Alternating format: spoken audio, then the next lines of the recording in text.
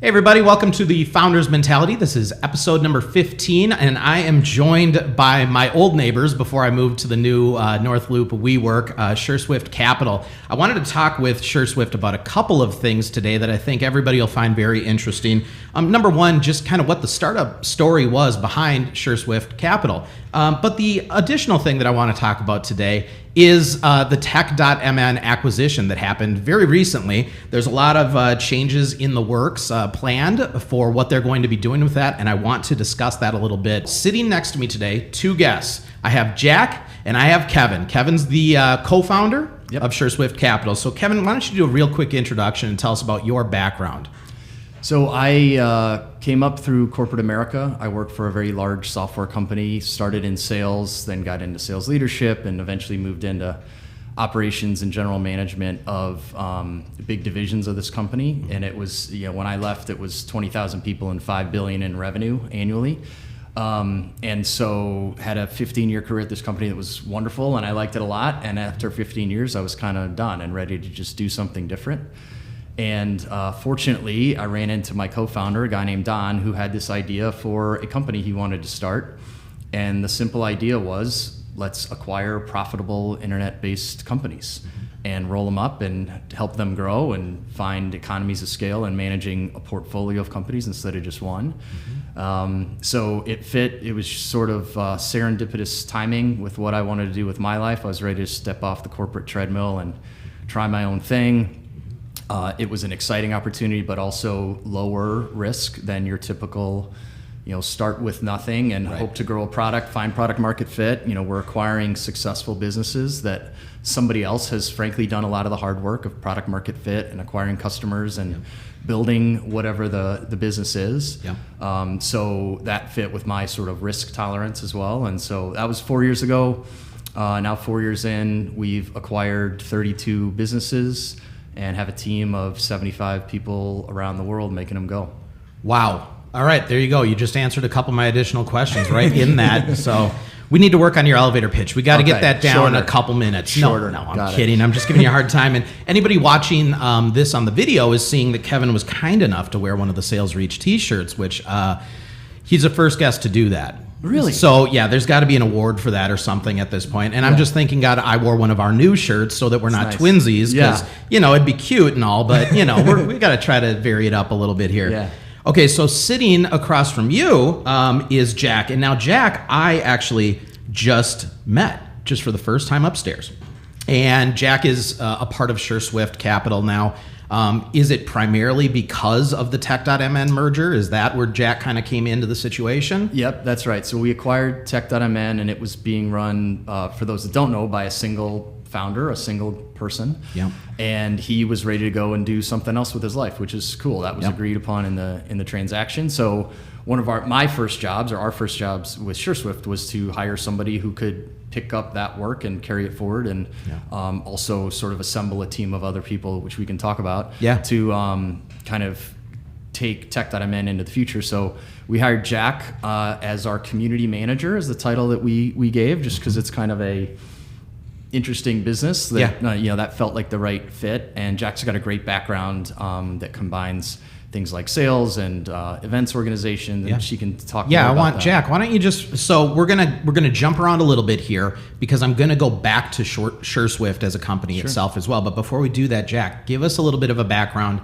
on who you are and why you ended up with SureSwift at this time. Sure, yeah. So I've been in Minneapolis for about 10 years, and I was first introduced to the tech scene. I was working for a tech startup in the Twin Cities, and I was doing a very similar role of community management. I'd go out and meet with different companies and organizations and show them our product and work with them to see how our platform could help them with their marketing and event campaigns.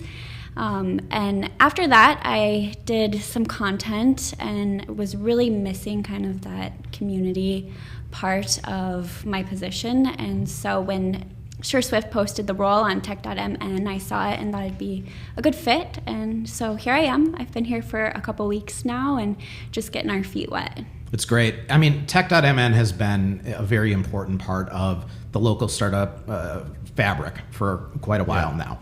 And so, and I've known you for quite a while now. I was super excited when I saw that acquisition. And you did a great job. You did what you were supposed to. I had no idea you were doing this until it was officially announced. So it caught me by just as much surprise as everybody else. I learned of it at the event at Best Buy. Mini bar, yeah, where everybody learned about it. It very, very interesting. And I remember sending you a little message in the audience. You were sitting on the other side of the room. I said, am I allowed to ask you to get up and talk about this? Because I really want to hear your side of this. And you're like, nope, this is Jeff's time. Jeff's show. Let Jeff talk right now. So it was very gracious of you. But so we'll come back to the tech portion.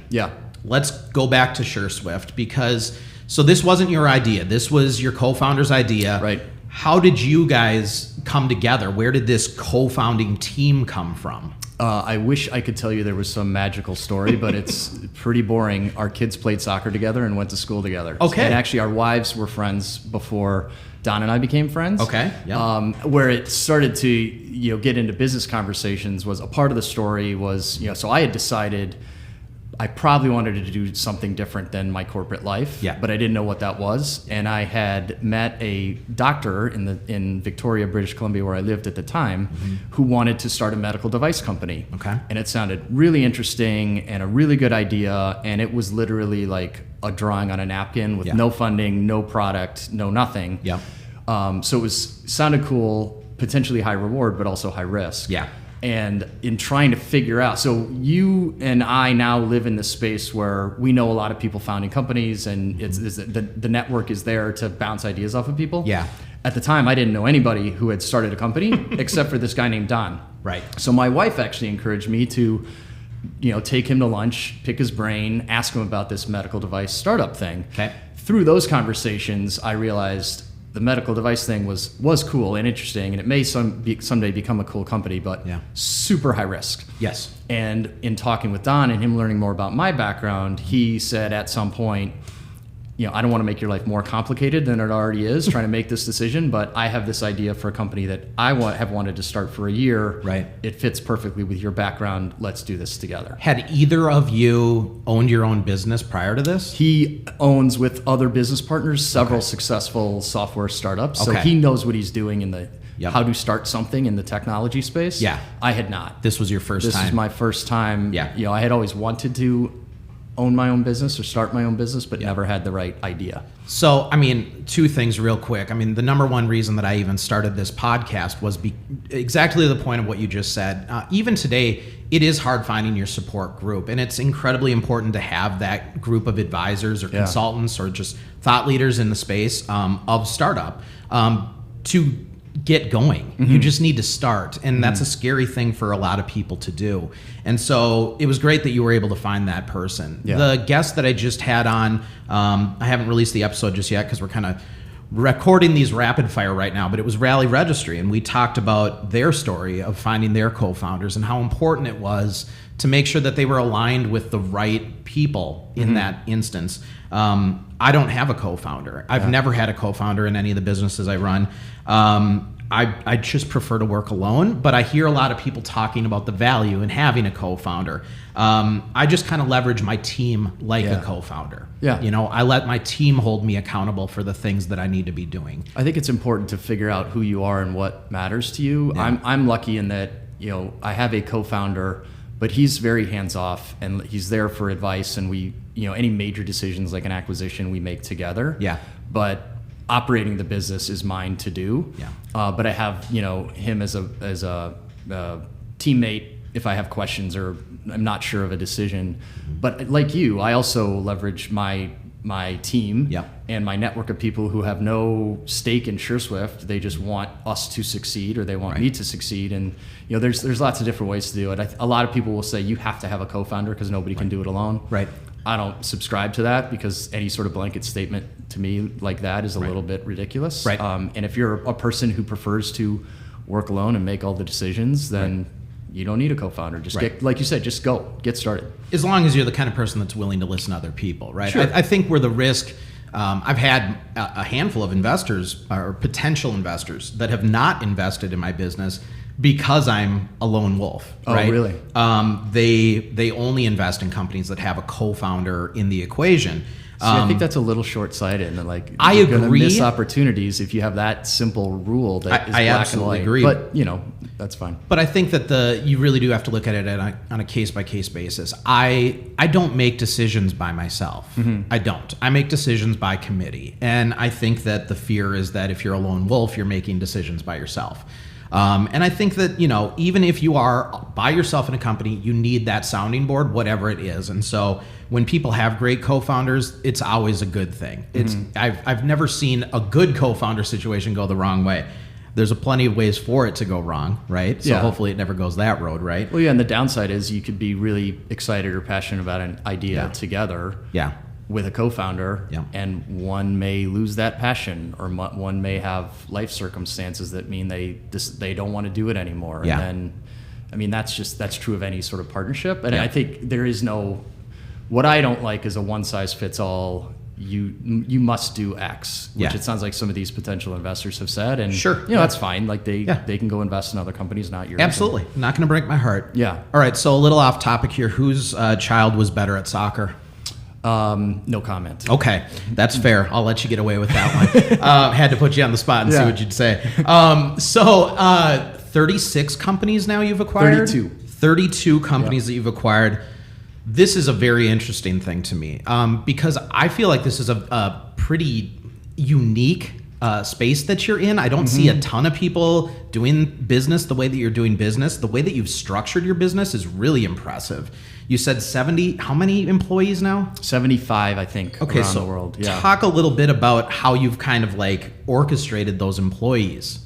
So, and what they do. Yeah, so we got to that number mainly through acquisition. So if there is a founder, a typical scenario, we like to buy bootstrapped SaaS businesses. And for those that don't know, bootstrap just means you don't have venture capital or angel money. You build the company with your own funds or with customer revenue. Yeah. And those types of companies are usually built in a way that we love because they're lean, they're profitable, they are growing, but they don't have to have hyper growth to be, the type of thing that we're interested in. Yeah. And so a very common scenario is it's a software developer who had an idea, they wrote some software, people started buying it, it grew, they got sick of answering support tickets on a Saturday, so they hired a customer support person, or we like the term customer happiness. And then they keep growing and they get sick of writing all the code, or they know they want to write more code than they're capable of and they can afford it, so they might hire a developer or two. They might hire a marketing person at some point. And so there's these really wonderful companies, super successful, super profitable, being run by teams of 3 to 5 people who nobody's ever heard of, right? Because they don't make TechCrunch news, or they're not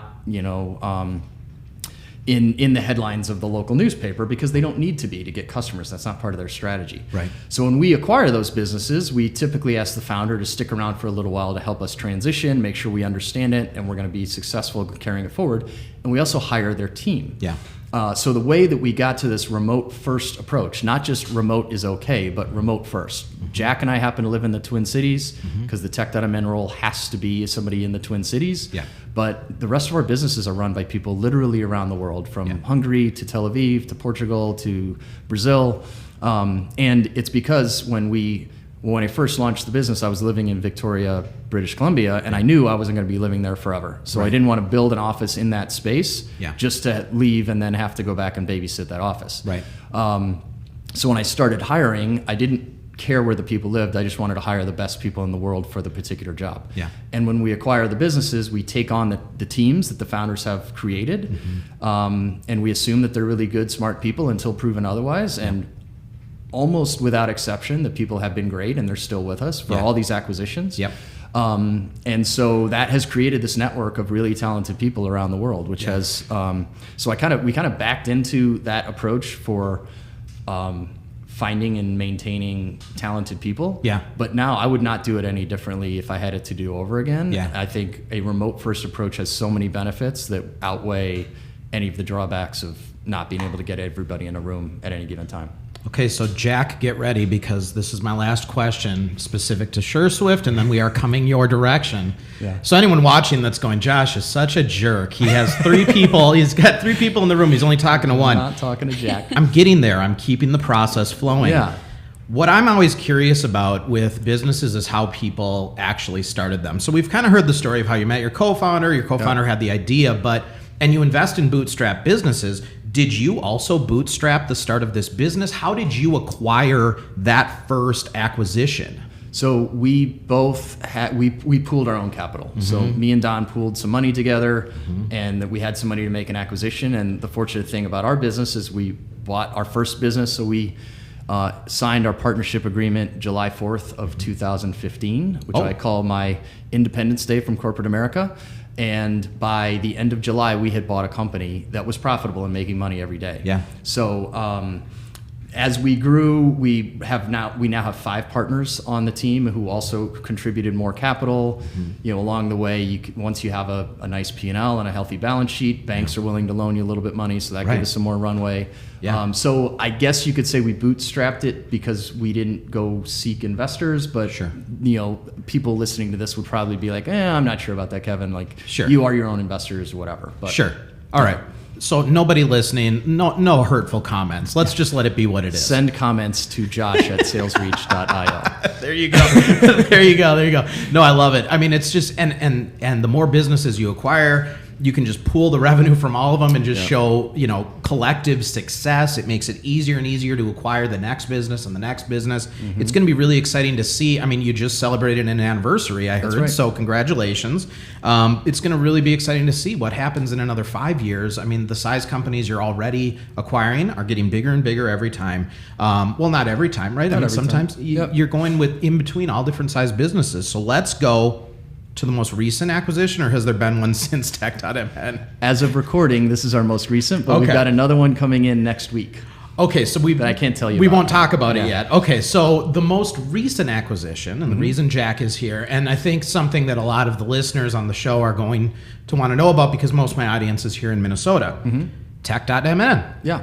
What is the plan with Tech.mn? How did those conversations even start? How much of this can you even talk about, I guess? But where did this come from? Well, I'll talk about whatever I can, but of course, some of these things are between me and the founder seller and not for publication. But those that know Tech.mn, it was started 10 years ago by 2 co-founders, Mike and Jeff, and they built a wonderful company that the tech community loves, and it's a great business. It's a job board, it's a calendar, it's a news site. They host events. And it's really like the one-stop shop if you're a technologist or somebody working in the tech business in the Twin Cities, especially, but greater Minnesota and reaching into the region. It's the place to go when you want to talk about something, like if you want to promote sales reach or talk about a funding round, or to learn something or to promote your event. Like it's the nexus of the technology community in the state of Minnesota.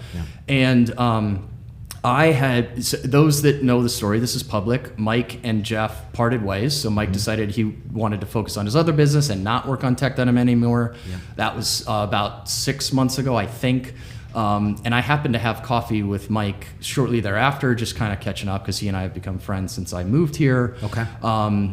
Didn't get into any of the personal side of the story because it's none of my business, but it just got me thinking, like, businesses, just like people, businesses go through ups and downs and transitions. And when a co-founding team splits, that's a transition. You don't have to know anything else about it. And I've always loved Tech.mn. I started following it before I moved here just to try to get up to speed on what was going on. I got to meet, Jeff was one of the first people I met. Jeff, the original co-founder, was one of the first people I met in the city. And he was amazing and super helpful in connecting me to, I think, literally a dozen other people. He gave personal warm intros saying, Kevin's new to town, you should meet this person. And it started me on a path that has been, great over the last 2 years of just feeling at home in this community, particularly the business and tech community. So he and I had developed a friendship too. And I simply sent Jeff an email at some point saying, hey, if you're, and it was a little bit more wordy than this, but the punchline was, if you're ever interested in selling your business, call me because I'd be interested in buying it. Right. And shots fired. well, yeah, it's very passive. Yeah. Like, you know, I do that a lot with businesses that I like. You've never done that to me, but that's fine. Well, no, when I'm you're kidding. a little bit bigger. I'm kidding.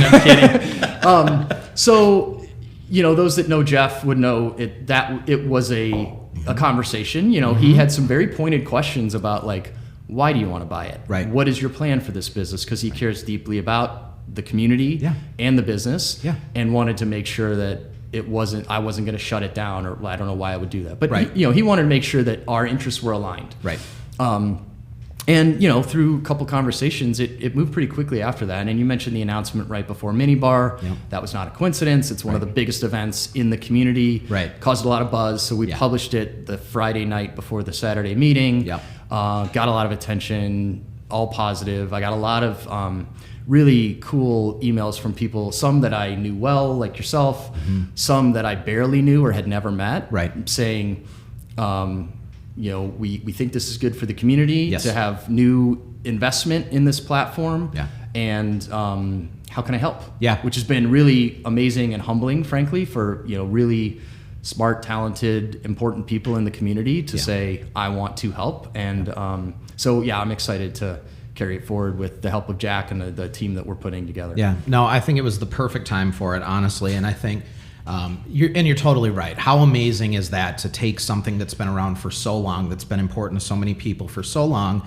to have a changing of the guard and have it be celebrated and not feared, right? That's a huge thing, right? So it set you guys up on the right course right off the bat. So, all right, Jac, here we go. Welcome to the team. Thank you. You have your new position at Tech.mn as part of SureSwift Capital. Your primary focus right now for Tech.mn, what can you talk about? What are you working on right now? Well, one of the things that we've talked a lot about is taking a step back and looking at, you know, how do we support the tech community in Minnesota? I mean, it's already there, but can we be a place for people to rally around, to kind of centralize it? People can come together, and can we provide value and then also push it forward? Yeah. How can we progress it? And you know, Kevin's a little bit newer to the Twin Cities, and I'm newer to the tech scene. And so I think our first step is going to be asking the community what they want. So that's our first step. Yep. So how are you right now gathering that input from the community about what they want to see? Yeah. We're going out and meeting with people who are not only leaders and founders in the community, but also technologists, students, everybody in the ecosystem. Yeah, that's great. And I know that you, either one of you can take this one. I've seen a lot of announcements about open positions with Tech.mn. Where is that at right now? Yeah, so one of the decisions I made pretty early on, partly because I'm new to the cities. Yeah. I don't claim to be an expert. Yeah. I'm not a technologist by background. I run a portfolio of software companies, but I don't know how to code. And for all those reasons, and just because when you have a community asset, and I think of Tech.mn as a community asset. Absolutely. Really quickly, I decided it needs to be for the community and by the community. And over the year, 10 years is a long time for any business to exist, and it's gone through different sort of iterations and plans. Yeah. In the past, there have been a lot more guest contributors to Tech.mn. Yeah. More recently, it was sort of sourcing and compiling tech news from other outlets, and one main original author, which was Jeff. Yeah. So I'm not an author. Jac's not an author. So we're opening the platform for people who want to contribute. Yeah. You want to write about being a software developer at Kipsu? Yep. Cool. Tell me about that experience. Love it. You are an executive who got hired into a fast-growing startup from Silicon Valley or Boston, and you want to talk about your experience moving to the Twin Cities? Yep. Awesome. We want to hear that story. Yeah. If you're a founder, one of the things I've said publicly is that if you're the founder of a software company, you shouldn't need anybody's permission to tell your story. Right. You know, the most outlets like the Business Journal or the Star Tribune, they serve a great purpose. But if you want to tell your story as a startup, they mainly care about a couple of things. Did you raise money? Are you hiring people? Yeah. Are you opening an office? Yeah. And while those are interesting to some people, I guess. Yeah. That's not really what it means to grow a business. Yeah. And there's 1,000 things that are interesting to people that have nothing to do with those 3 items. Yep. And I believe because we are a platform and a community asset, Yep. we should be an avenue and a venue for anybody trying to do something cool in technology to tell their story. Yeah. And we're kind of just planning to open it up, and with some controls, of course. We'll be editing and making sure that it's not just pure self-promotion and so forth. But we want to tell more of the stories of the Minnesota tech community. I absolutely love this. The parallel that I can absolutely see. So I love cycling. I used to be a huge cyclist before I decided to start my second business and ran out of time between kids and running a business. And then I gained 40 pounds. But I still watch the tour when that's happening. So I guess I still am in that space. But there's a guy, John Prawley. His website used to be Probably Not Probably. Anyway, but now he's the Radivist. And what the Radivist is all about is just promoting bike culture and just all the brands and all the things happening. And he has guest writers. Yeah. And it's incredible. It's become this incredibly popular resource. He's huge on Instagram and Twitter and everywhere, right? It's just a huge thing. And I love that. The other reason I love that is because when you get an article written about you by a publication, I won't name any specific ones, but by a publication, the one thing that I've always missed is, when is my opportunity to read this over before you hit the publish button? Because too many times in my life, I have had something published where I have been completely been taken out of context.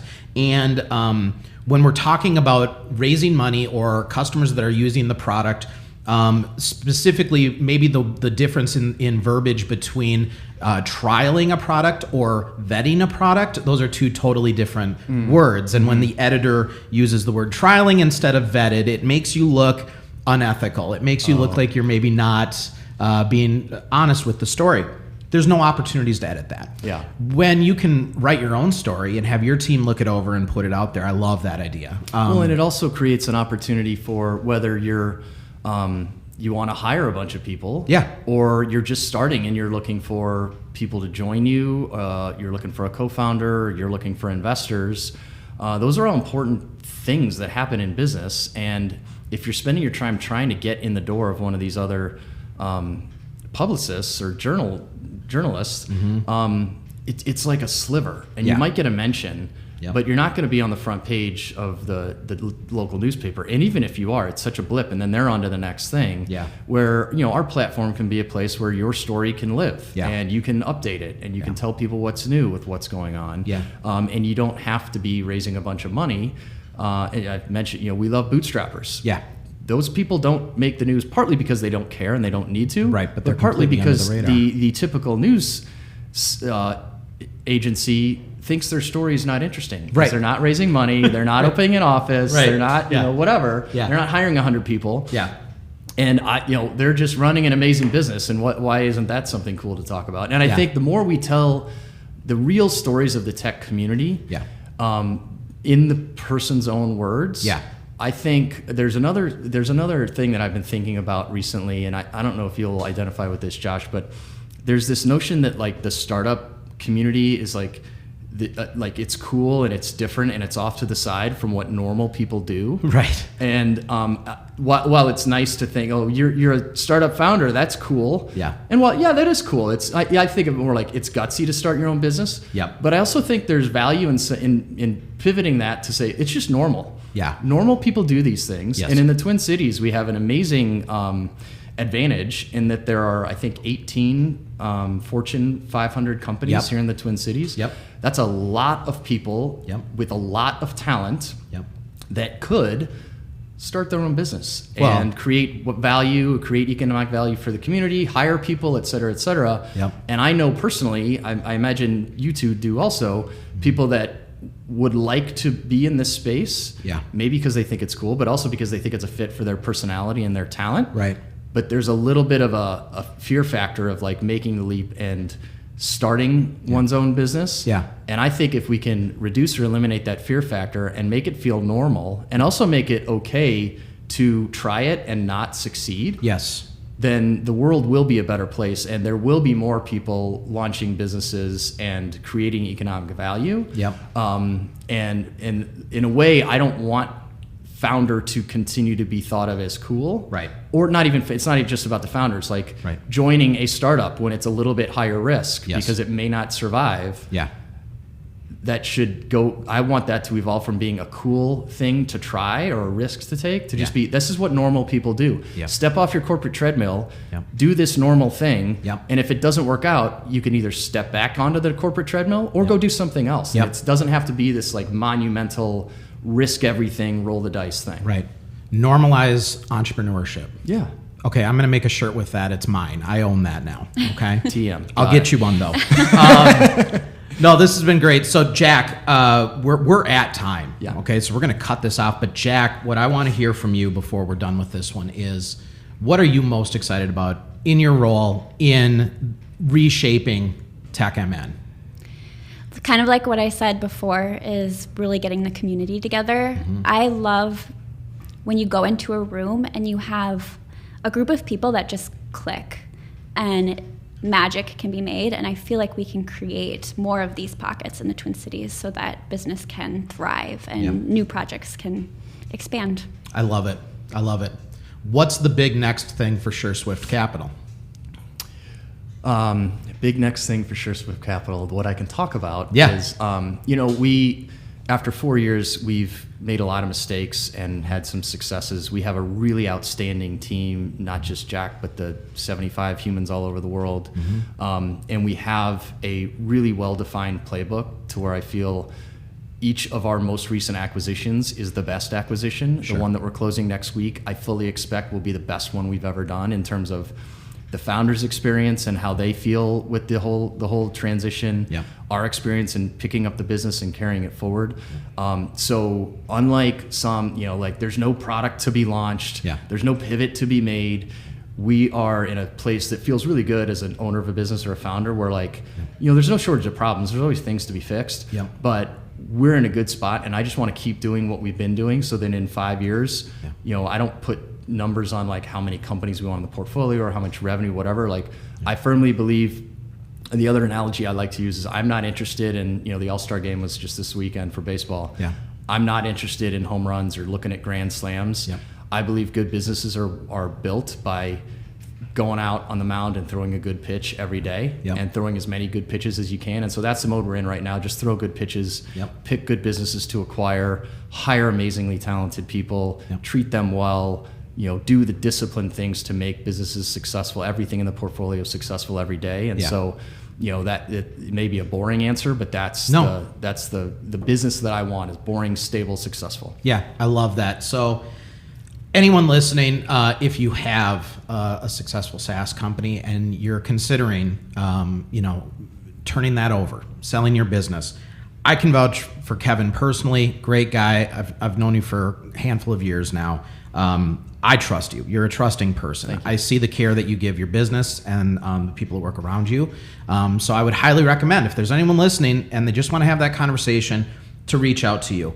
Also, I'm really excited about this whole Tech.mn thing. I think that the changing of the guards, the new blood coming into this, infusing some new ideas and really driving it forward, I think it's absolutely nothing against the founding team at all. They had run that for many, many years. And when you run anything for many, many years, it's good to get new blood sometimes, right? So I think they did the right thing. I think you did the right thing by taking that on.